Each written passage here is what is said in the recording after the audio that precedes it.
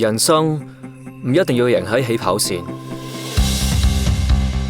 揾到自己嘅目標，肯努力同堅持，幾時都可以追返上去。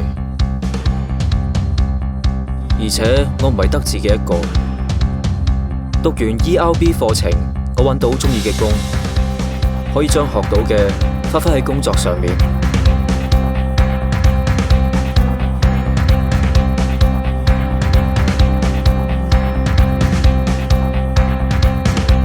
我好 enjoy 份工，亦希望自己可以不斷進步。